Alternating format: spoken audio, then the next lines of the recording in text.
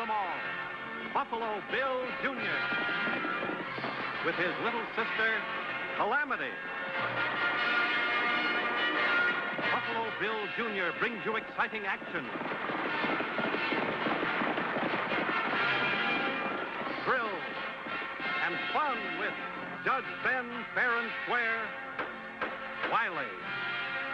Ride the road to adventure with Buffalo Bill Jr.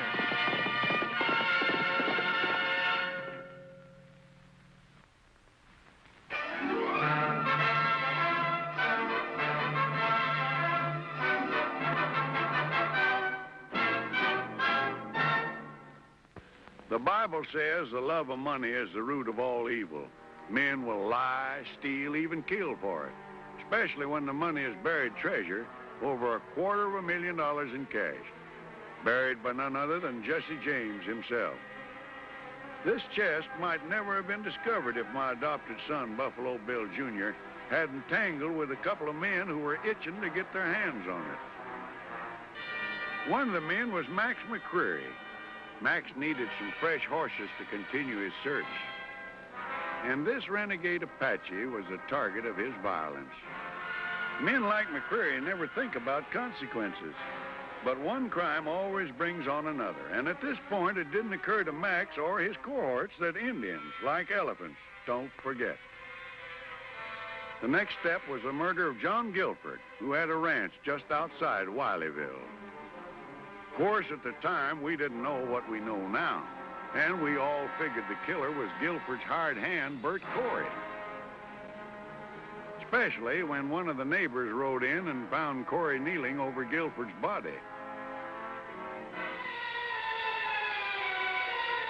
When we got the news in Wileyville, I sent Buffalo Bill Jr. out to bring Corey back.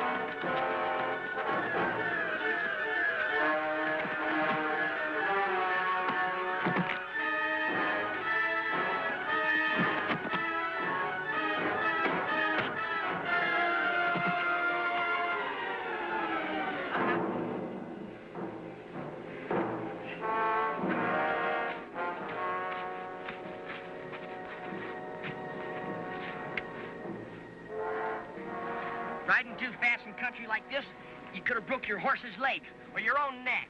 Yeah, what have I got to lose? You? Maybe nothing, Corey. But your horse wouldn't have liked it one bit. Now it's this way, Corey.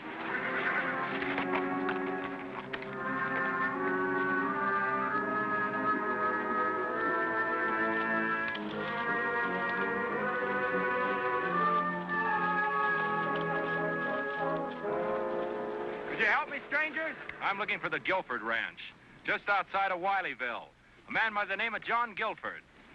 Mr. Gilbert's dead. He was killed this morning. Killed? How? Who did it? Kind of looks like this fella did. Anyway, I'm taking him back to Wileyville. Well, my name's Kent, Bob Kent. Well, I'm called Buffalo Bill Jr. Howdy. How are you? Why would you want to kill John Gilbert? I didn't. He was dead when I got to him. Then what'd you run away for? I got in trouble once. Served a year in prison. I knew they'd accuse me, and, well, I was scared. You know, he could be telling the truth. He might. Say, Mr. Kent, why don't you ride back into Wileyville with us? And we'll let Judge Ben Wiley decide. Right.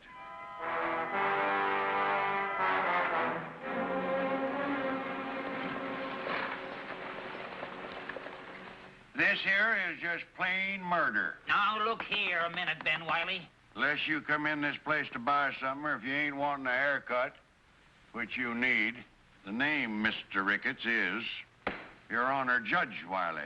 All right, Your Honor, then.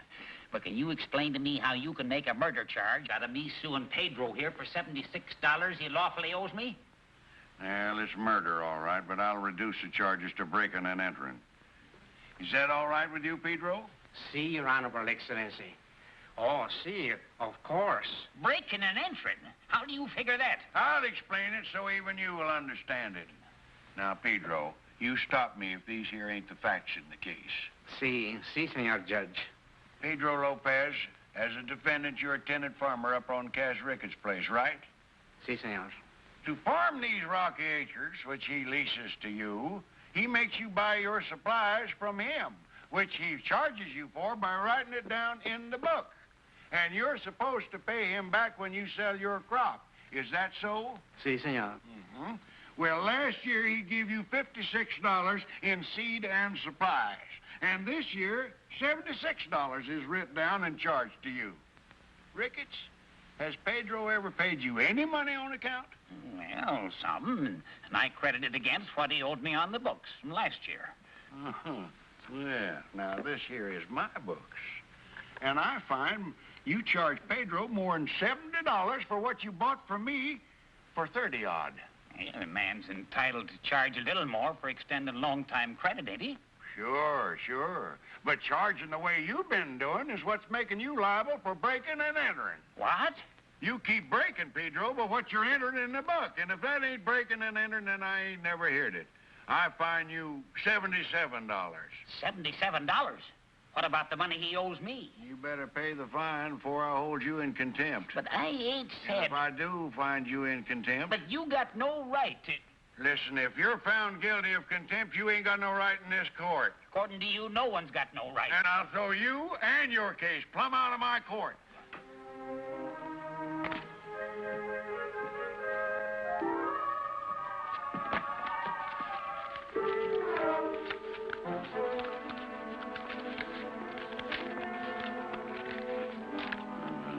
$77. There. But what am I supposed to do with all this dinero, Your Excellency? Why, pay your lawful debts, of course. And that dollar that's left over, go out and get yourself a decent meal. Looks to me like you can stand one. Oh, gracias, Senor Judge. Court's adjourned. I got business over at the county seat.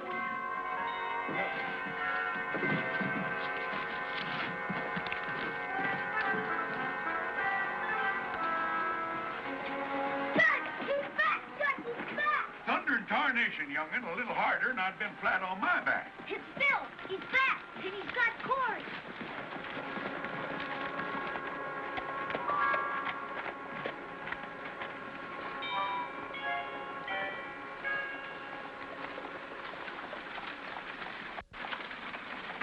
Well, I see you got him. Good work, Bill. He sure was a running. Well, it's liable to be the last running he'll do for quite a spell. Judge Wiley, Yes? I don't think this man killed John Guilford.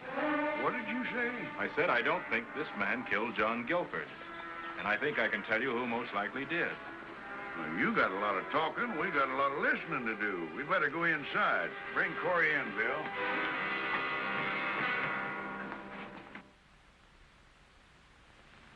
There were 4 of us. Me, John Guilford, a man named Max McCreary, and Jesse James. We were partners riding with Quantrell's raiders. We didn't always ride together, and it wasn't until we were all finally on the run that Guilford and McCreary and I discovered that Jesse James had held out on us. Somewhere along the trail, he'd gotten hold of over $250,000 in cash and hidden it. Buried it where only he could find it. Jesse had a map showing where the money was buried. When we caught up with him, we forced him to divide it into 4 parts, and we each took a part, promising to meet later, put our parts of the map together and dig up the money and share it equally.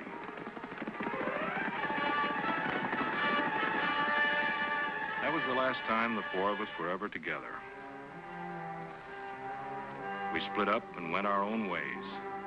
I finally went east to live, and Guilford ended up ranching down here in Wileyville. McCreary was caught and went to prison. You know what happened to Jesse James, how he was shot in the back. For a while, as best we could, we kept in touch with one another. Long enough to find out that McCreary had gotten a hold of Jesse James' part of the map. 2 weeks ago, McCreary was released from prison without letting either Guilford or me know about it. And you figure this McCreary man is trying to get a hold of the other 2 parts of the map so he can get the money himself, huh? I came down here to warn Guilford, but... You think McCreary got here before you and killed him? I told you I didn't do it. Now, hold on just a minute. Now, this might be the answer, but it ain't evidence. And a court of law has got to have evidence. It all adds up, Judge. Yes, and you having the last piece of map makes you a prime candidate for a bullet in the back, if this McCreary is still in these parts. He sure is, Judge. Remember the Indian horses that were stolen and the missing supplies from Mr. Ricketts' place? What are you yammering about? Calamity's right, Judge. Shovels and stuff from Ricketts, horses from the Indians. Well, somebody stole them, and it could be McCreary because it makes sense. Yeah, you might be right. I understand the Indians are mad enough to start another war, and Mr. Ricketts ain't very happy. Bert Corey, you're still under arrest for murder. Bill, I'm remanding the prisoner to the county seat for trial. You'll deliver him tomorrow to the marshal, and also tell that marshal to start a county-wide search for this McCreary. Yes, sir. Mr. Kent, I'm going to hold you in protective custody as a material witness. You'll go along with Bill to the county seat. Very well, Judge. Calamity, how would you like to have some new clothes? Would I? Oh, boy. I've got some business over at the county seat myself. So bright and early in the morning, we'll all take a trip there, huh? Oh, Judge. Oh, my back. Watch my back, honey. Watch my back.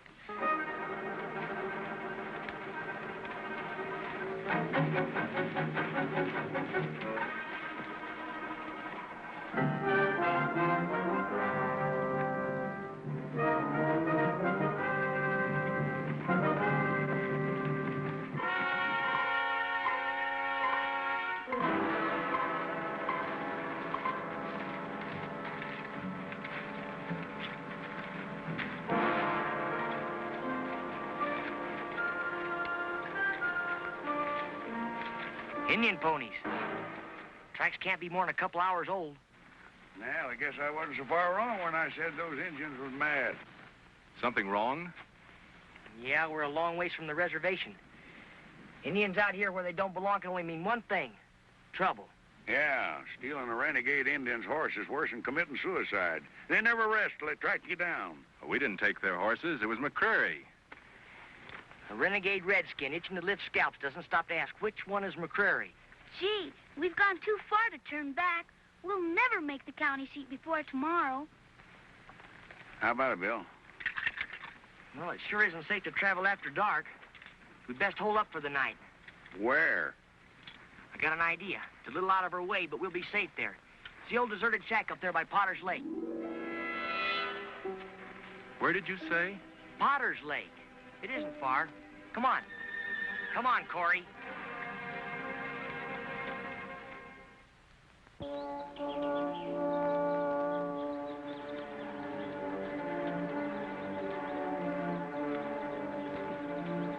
Judge, if you and Mr. Kent will take care of the horses, I'll get some water and see about getting dinner started. All right, son.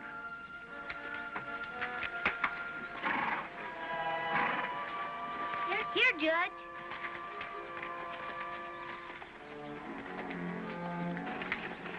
You get inside and stay there. Keep an eye on him, honey. Get a fire started.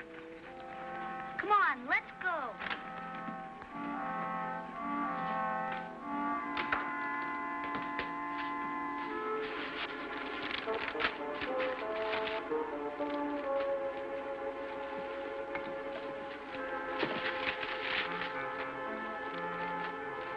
Here, Calamity. Let me help you. Thanks.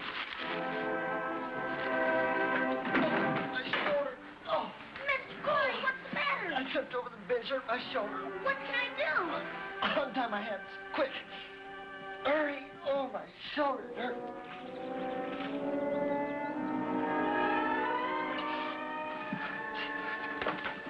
Are you? Not a word or I'll kill your brother. Do you understand? Do you? Get up.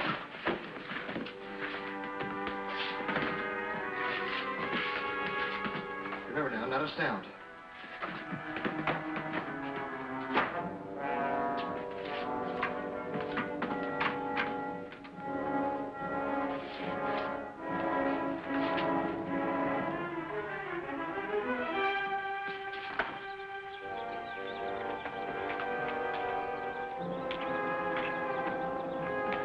Calamity?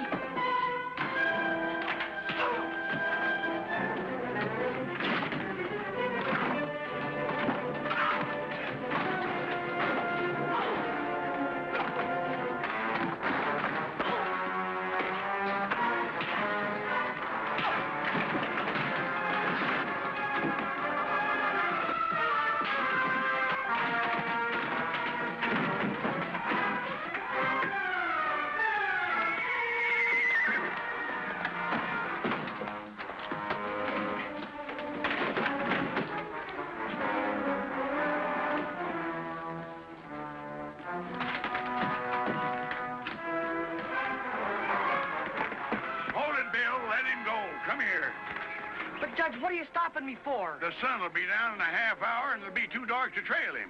But I could have tried. You remember the Indian tracks? We'll all be safer if we stick together. You're right, Judge. Well, let's get some food and a good night's rest, and we'll get an early start tomorrow morning. That's right, son. And the authorities at the county seat will have to send out an alarm on Corey as well as McCreary. Let's put the horses away. Come on.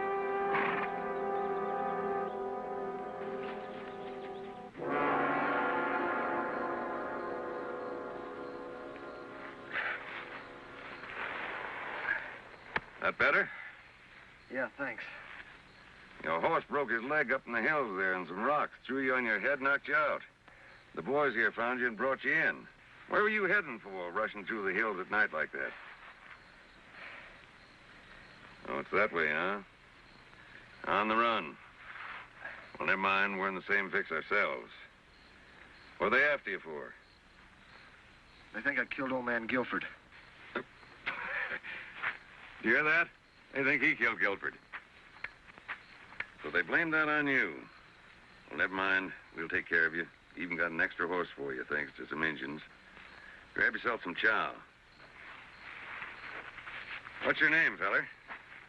Bert Corey. Mine's McCreary. Max McCreary. You're the one that killed Guilford for the map. What do you know about a map?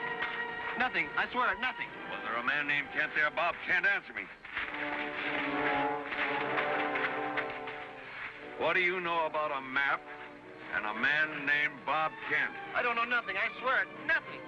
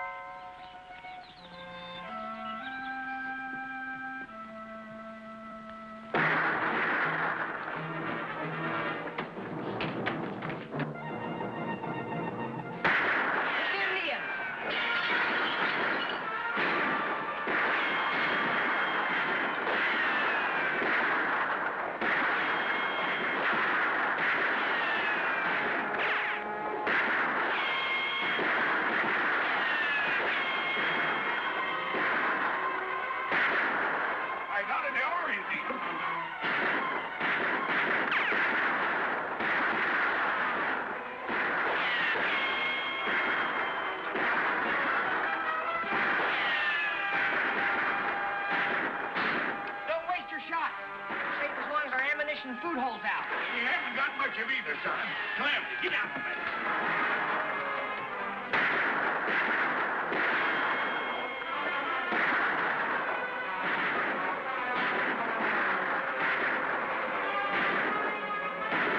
Somebody's helping us. Hold your fire. They're running off the Indian.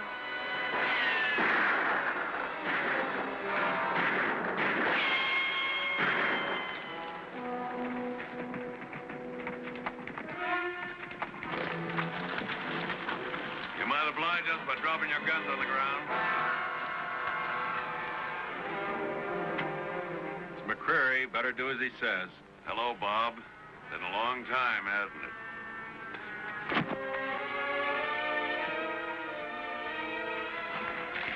Corey! I told you I didn't do it.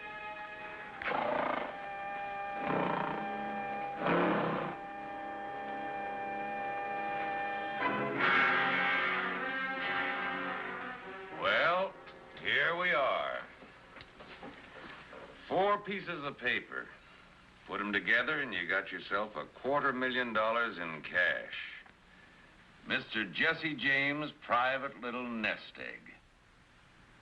With those 3 pieces, I had everything I needed except the name and the place. I figured it was some kind of a lake or something, but I didn't know the name or where. Now for your piece, Mr. Kent. Save yourself the trouble, Max. The name is Potter's Lake, and it's right out there.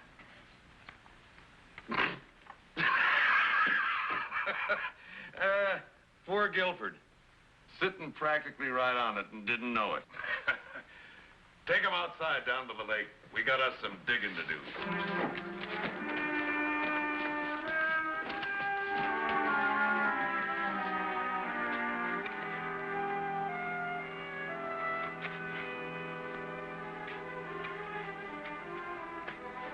It's got to be right in here someplace.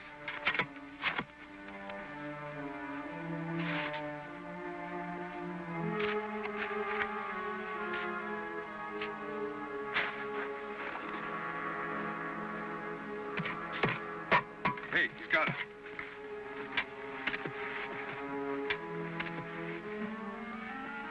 A little deeper.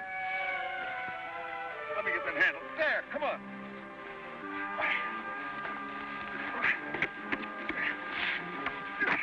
I'll get that off of there quick. Indians.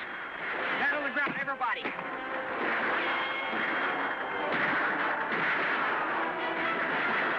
Untie my hands.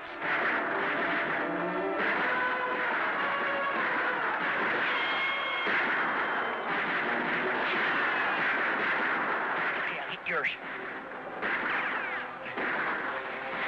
Now, untie the judge.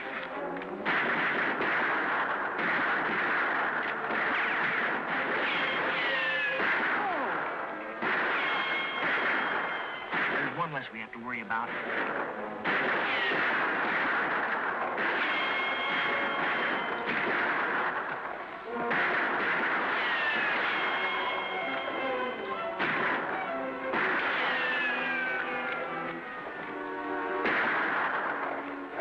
Hold it. We've run them off. Now!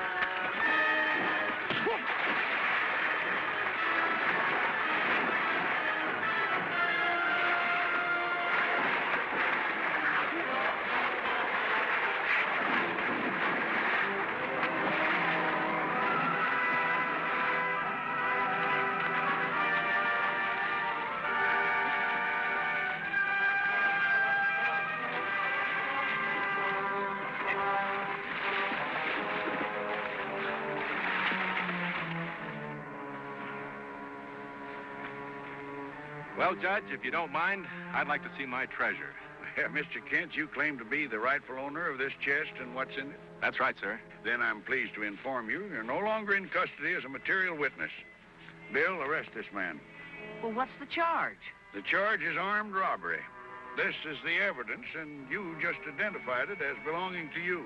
Well, Yes, I'm afraid you will, Mr. Kent, for a long time. Well, we might as well see what you're going to jail for. Corey, shoot the lock off of that chest.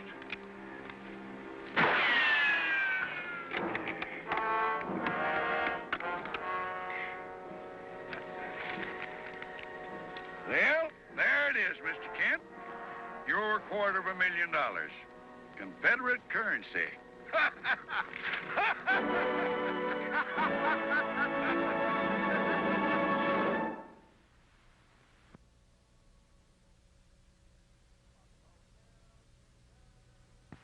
Buffalo Bill Jr.